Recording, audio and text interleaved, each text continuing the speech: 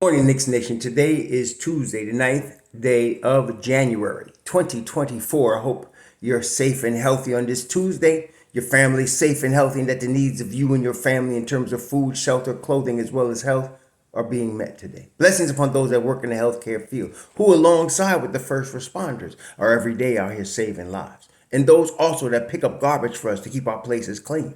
And those that make deliveries for our convenience. Double blessings on the men and women out here trying to help rescue, deliver, and recover teenagers and children who are the victims of child molestation and pedophilia.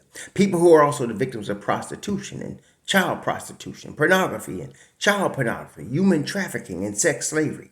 Double curses on the perpetrators of all these things, double curses on those that profit from these things, and double curses on the perverts that create such a heinous and ugly and destroying industry. Finally, double blessings on the homeless. There are nearly 600,000 men, women, and children homeless in the United States, and there is increasing numbers of senior citizens going to the streets. Blessings upon them, for theirs is the kingdom. So, there's going to be a basketball game tonight. The New York Knicks are scheduled to play the Portland Trail Blazers in Madison Square Garden tonight at 7:30. Big game for the Knicks. Things are heating up. As I've been saying all season, it's going to be a dogfight in the East. The Boston Celtics right now appear, and I say that word strongly, appear to be running away with the East, but it's still, right now we're at 36 games. There's a lot of games left. See, 36 games means that you got 46 games left. So anything could happen. But right now, there's a 5-way tie for the fourth seed. Miami, Orlando, Indiana, Cleveland, New York. Everybody, 21-15. It's a dogfight. Last night, I was disappointed because Indiana, and I was watching both games, the Indiana-Boston game and the Miami-Houston game. Now, Miami-Houston, Miami is just good. And this kid, Jaime Vasquez, I think that's his name. Let me just look at this boy can ball. Miami just has a way of turning guys you never heard of into players. They just, this Jaime Vasquez, he last night, 5 of 11, 14 points, but he's impacting the game. He plays a lot like Jimmy Butler. He said Jimmy Butler is his favorite player. And they're winning without Jimmy Butler right now. Jimmy Butler's hurt. Last night, Bam Adebayo was in foul trouble. He had 4. He had 2 early in like 5 minutes in the first quarter. But stupid Kevin Love came in there. And he was playing like he was 25. It was ridiculous. And so Miami won again. And so Miami 21-15. Houston, I watched Houston is a mixture. So they got Fred VanVleet. He is by far their best player. And so last night he had 32. And what Fred VanVleet is doing is very admirable. I mean, of course, he's doing it. I think he's getting $30 million a year, so he's not doing it for free. But what he's doing is he's trying to develop the rookie. So last night he kept feeding the ball to Jabari Smith Jr. Jabari Smith Jr. could not hit the broad side of a barn. And Miami was letting him shoot. But Fred kept giving him the ball, showing that confidence. He was 3 of 13, Jabari Smith Jr. last night. Scored 10 points. He was just bad. In terms of shooting basketball. Defensively, he was good. He was good, especially in his second year. Jabari Smith Jr., and I'm telling you, I'm not saying this to diss on Jabari Smith Jr. I still think he was the best player coming out of that draft that year. That was the year before last. And he's going to be a stud in the future. Again, he's one of them little cubs you want to pick on now while you get a chance. But Sengun, and they were going to Sengun a lot. These guys are young and they could not execute down the stretch, but they're going to be good. They really are. And they got the right point guard in Fred VanVleet because he is patient. He's very smooth. He plays defense and he's really a leader. This foray into Houston is showing him to be the leader. Now, Kyle Lowry helped develop Fred VanVleet when he come out of Wichita State. But now VanVleet is his own man, and that's why they lost the game. They could not execute down the stretch. Jayshawn Tate was playing great defense, and he's like 6'4". They had him guarding Bam a lot, and he's doing a good job.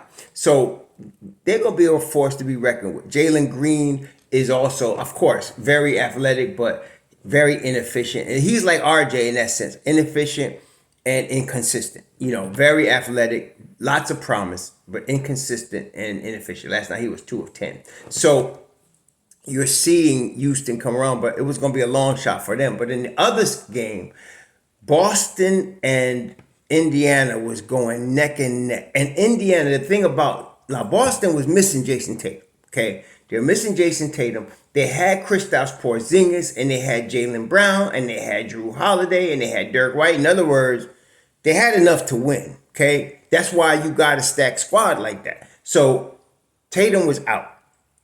But Indiana had 1, 2, 3, 4, 5, 6, 7 players in double figures last night. Indiana had what they have. They had I want to see the 29 assists, and they played like that last night. Plus they were playing tough, and they had the high scorer was Neesmith with 17. But what was even more impressive to me is that Halliburton got hurt last night. He got hurt early in the game, and it looked like that hamstring injury looked like it's at least a 2-week thing. That looks like it's at least a 2-week. But look, they came in there. Okay, he was hurt. They still had Nembhard come in there. They still had T.J. McConnell, who's a very solid point guard. And they did the business, man. Obi was playing good. Obi was very efficient. 4 or 5 last night, 13 points. They were just balling. And they were playing with Boston, straight up playing with them. Now, they was in Indiana, so that counts too. And again, Boston was without Tatum, but Boston had plenty. I'm talking about when you got a Kristaps Porzingis, he played 38 minutes last night. They're going to keep doing that until they get enough of it. Then you got Jaylen Brown. He dropped 40 last night. Derek White, Drew Holiday had 21. You had enough to beat them, okay? But they were missing Hauser, which is, he's a really big shooter for them. And, of course, Tatum. But, and how the game, it was 131 all with 3.2 seconds left. They got the ball to, who was the stud last night was Benedict Mathurin. Like I told you, I like this boy coming out of Arizona. I wish the Knicks could get him at that time. They didn't. But I knew he was going to be a stud, and he is. And last night, he was putting it on Boston. And so in the 3.2 seconds left, the game tied at 131. They got Mathurin the ball. Put it this way, they put Kristaps Porzingis on Mathurin. He still got the shot off.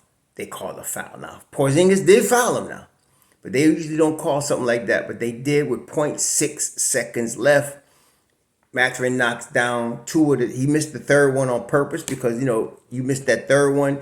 It's 0.6. By the time you miss and they scramble for the ball, this game is over. And that's exactly what happened. So it was a great game. But both the teams I wanted to lose, which was Indiana and Miami, they both won. That's what keeps up everything. So now the race is tight. The Knicks play Portland. Now, can't look past Portland. This is the lead. So you could lose any night. The Knicks have incentive because if they win tonight, they get a little bit ahead of the whole pack by half a game. Not only that, but they win their 5th straight. Okay? So they have incentive. I have a feeling it looks pretty good for the Knicks tonight. It looks pretty good. Okay? And I don't want to talk about it, but the rest of the week looks pretty good. If they can win tonight, they got a big game Wednesday. Oh, is it Wednesday? No, Thursday. Thursday, they got a big game. We're not going to talk about that. Let's win this game tonight. Okay? So the Knicks play Portland tonight. They got to take care of business against Portland tonight. Now, at the same time, tonight, I believe Orlando plays tonight, if I'm not mistaken. So the Knicks play Portland. Yes, Orlando is at home against Minnesota. Minnesota needs a win because Oklahoma City is breathing down their neck. The West is dominated by Minnesota and Oklahoma City. Those two coaches, Diagono and Finch, coach of the year, one of them. Because, Oklahoma City and Minnesota are the top of the West. And again, Oklahoma City is playing brilliant basketball. SGA. Some of y'all was calling for him to come to the Knicks, and I was trying to tell y'all stop being delusional. He's not going anywhere because they ain't stupid in Oklahoma City. That's why they got Sam Presti running their game. And they built around him, and you got J Dub, you got J Will, you got Giddy, you got a squad. And then, of course, they went and had the nerve to go get Chet Holmgren and had the nerve to play him 30 minutes a game and no more. Last night he played 31. But they're keeping those minutes under control because that's how you're going to have him for the season. This is the first time I've seen a team actually do this. I thought the Knicks should do this when they got Marcus Camby. At the time, I remember saying, play him no more than 30 minutes a night. But Jeff Van Gundy was who, Tom Thibodeau is a disciple of, was overplaying him. And of course, he got hurt. Then they went and got stupid and traded him to Denver for McDyess. And we see how that worked out. But this is the first time I'm seeing a team play a fragile big man the right number of minutes in order to preserve him for the long term.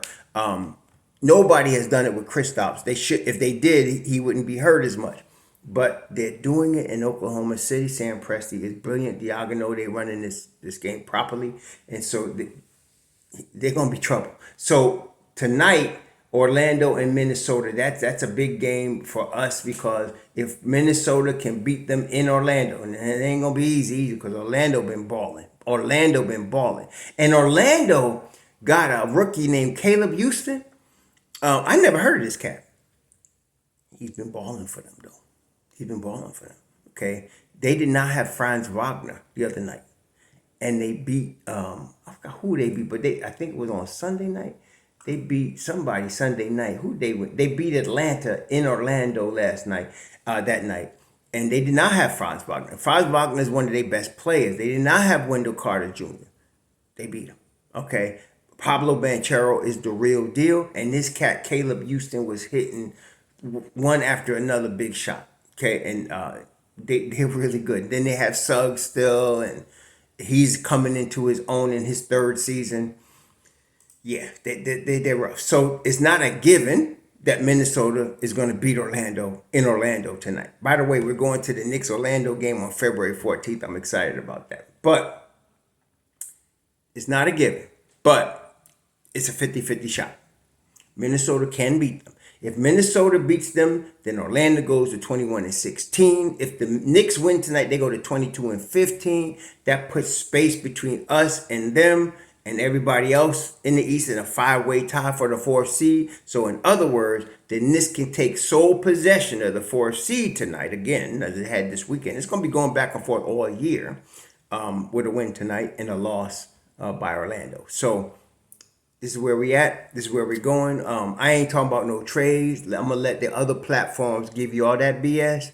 Right now, I'm liking the way this team is. Like I said yesterday, if it ain't broke, don't fix it. They don't win 4 straight. I'm hoping that Thibs goes to his bench a little bit more. Let's get McBride and let's get Grimes 15 to 20 minutes together on the floor along with Josh Hart. Let's not put Juju in there. Let's keep him in there with, Anobi or Hartenstein.